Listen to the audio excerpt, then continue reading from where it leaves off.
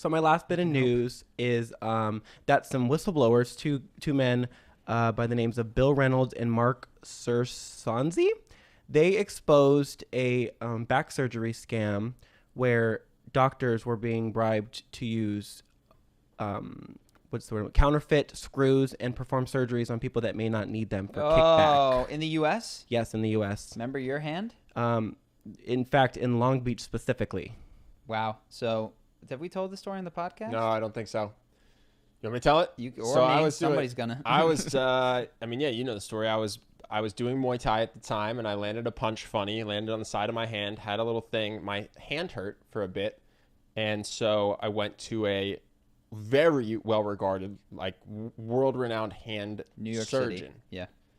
And so I go, and he's worked with all these pro athletes that are up on the walls. You know, he's got all the credibility indicators. I go in, I'm like, yeah, my hand's hurt for probably like 2 weeks. It's weird. Normally stuff like this would heal, and it looks a little bit off. You know, like this one kind of can full, do that, yeah. And this one doesn't. It has this like kind of thing that sticks out. Yeah. And so he's like, oh yeah, let me see your hand. Hold on, let me do this. 30 seconds. Yeah, that's torn right there. There's a ligament that runs along your hand, fully torn for sure, and we're gonna have to do surgery. It's like, oh my God, I've never had surgery. What do you mean? It's like, well, we're gonna go into your healthy hand. Your wrist has an extra ligament. You don't need it. The body just gives you an extra one. So we'll go into your good hand. We'll take that ligament out, and then we'll replace this one with it. So it's surgery on both hands. You'll be in double casts for a couple months, but then you'll be right as rain. It's like, I can't. My job is an investment banker. I type. What do you mean I can't be in hand casts? Because, well, that's what we got to do. So should we do an MRI? Should we get a visual confirmation that it's torn? No, we don't have to, dude. I've been doing this for years. Trust me. The way it moves, look, watch this. You see this? Normal thumb doesn't do that. It's like, okay, because I've never analyzed my thumb prior to this. I don't remember what it used to do. Oh, okay, all right. And he's like, all right, let's put you on the books. I was like, I got to think about this. So I go out. He doesn't tell me to get a second opinion. Specifically tells me not to get an MRI. Luckily, my grandmother's brother is like a world-renowned surgeon. And so I email him. I say, hey, this is the diagnosis. This is what happened. He didn't give me an MRI. He goes, yeah, you should definitely get an MRI, and you should definitely send me your x-rays and your MRI. So I go to another doctor. He's like, yeah, makes sense. We probably should get some look at this imaging. Get the imaging. The second doctor goes, I don't think you need surgery. I think it's a partial tear. I think we put you in a splint for like a month. You can take it off if it's really inconvenient, but just keep it on when you're typing, especially because that was what was happening. I'd hit the space bar and it would like really hurt because this was torn. So, and I send it to my, whatever that is, grandmother's brother. And he says, yeah, I think it's probably totally fine. I would just go with the splint. I go to CVS. I get a $19 splint. I wear it on my hand for 6 weeks. No issues. Yeah. I've since done everything under the sun that you could possibly do. Including getting into a fight. Yeah. Did Emma? My grip strength was fine. I did jiu-jitsu. I've worked, typed, and that dude was going to. He was going to make five figures. When he cut you and saw that it was partially torn, he would have continued the surgery. He would have just cut it, I think. Yeah, because he got to take it out. He would have taken the healthy ligament from my left hand. Because what's he going to do? Admit that he put you under anesthesia? He would have taken. I'm no, positive. He would have taken the ligament from my healthy hand, then opened up my unhealthy hand, seen the partial tear, and gone, this is probably going to rip. Cut it and said, because you have to cut it to put the new ligament in. So he just would have cut. Scrape that out. That was going to break anyway. I don't think he would have lost a moan and a sleep over it. No, and this is when you're paid for this kind of stuff. This is what is. There's no accountability because there's like not a lot of people that are in the room with you to see. Nobody knows the difference. You can't always tell. There's a high degree of asymmetrical knowledge, so the customer can't see what they're getting. I think that it creates a scenario where this is not only bound to happen, who knows how often it occurs, but it's got to be, that's what happens when there's no accountability and financial incentive and asymmetrical knowledge. Well, there's no reward for non-surgical. How much did your doctor make? One MRI. That's it. He sent you on your merry way. No, I actually have heard someone was suggesting something I like, which is you create an insurance system that rewards wellness instead of procedures. So for instance, let's say that a hand surgery would cost $10,000, but the doctor doesn't get it at all because he's got to pay anesthesia people. He's got to run a hospital room. If that doctor instead correctly diagnoses a partial tear and sends you to a physical therapist, there would be some sort of reward for getting that right. And then the flip side is if How do you know what's right is tough to say. well, though. the flip side is if it were wrong, then you go, but you know if the hand, you get the MRI, you see if it heals in 6 weeks. But he wasn't going to get you an MRI. Well, you would say you'd have to in this new system. You'd say you need to. You don't want to tie people's hands too much and tell them, because then you got to put everything through a protocol, and obviously you'd like your I don't doctor know. to have. It's tough. What you need.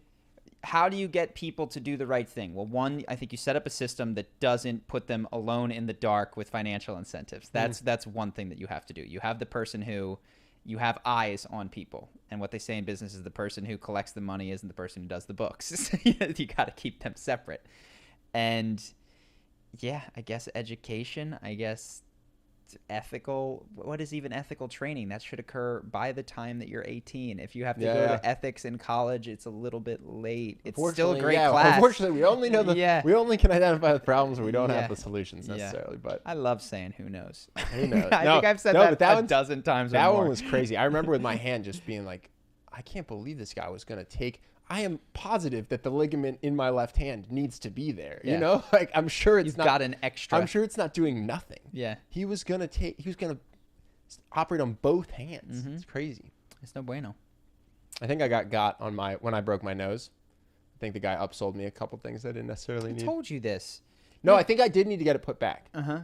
But he's like, yeah, we got to put it back. It's broken. But, I think also you've got a deviated septum. And so what we're going to have to do is cut it out and this and that. And I was like, I don't know. He's like, yeah, like breathe like this, cover your nostrils. It's like, I mean, yeah, it's hard to breathe. My nose is super swollen. It just got broken. But he's like so confident in that. And again, highly regarded Los Angeles surgeon, very good reputation. Seems like a good guy when you meet him. And you're just like, I don't know. Another thing that's weird about your nose is you kind of have to operate on it either immediately or 6 months later, because it's either complete mush or it starts to harden. And so you're like, I don't know, we got to do this now or we got to do it in 7 months. Like, all right, we'll do it. All right, well, we're going to put it back in place. How do you feel about getting the deviated septum fixed? I'm like, I'm already going to be under. You say I need it. It's your job to tell me what I need. All right, yeah, I guess. And what he didn't mention is the recovery for, I had a closed reduction is what it's called. But basically, my nose was broken, caved in. They put literally like a screwdriver in, they pop it back in place.